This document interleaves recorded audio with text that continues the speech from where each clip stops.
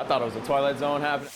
It's a scene straight out of a disaster film. Water coming from the elevator, splooshing out. The water was just rising. It was crazy.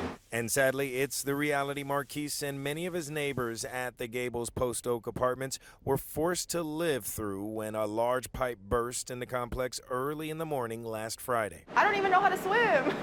I was like, what if it gets higher? Like, what am I supposed to do? So I really did get scared. 7 days later, the scene is still chaotic and the smell in the air is pungent.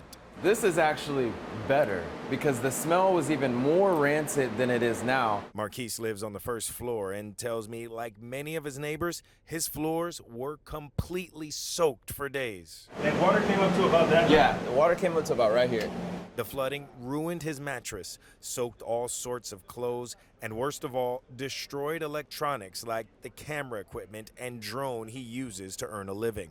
As for the response from property management, and to be treated like this, it's inhumane. So besides the obvious inconveniences, many of the residents I spoke to today also have concerns over their health. Residents say they're especially worried about mold, and some, like Marquise, say property management won't let them break their lease or even discount next month's rent. We heard the same thing from resident Aaron Brown. You turn our apartment into SeaWorld, you ruined my mattress, and now, you don't have the decency. It's just honestly very disrespectful. Other neighbors, like Carla Dunez, have a different but potentially bigger problem, receiving this letter explaining their lease has been canceled and they have 7 days to vacate the property. It's been frustrating. It's been depressing. I don't know what to do at this point.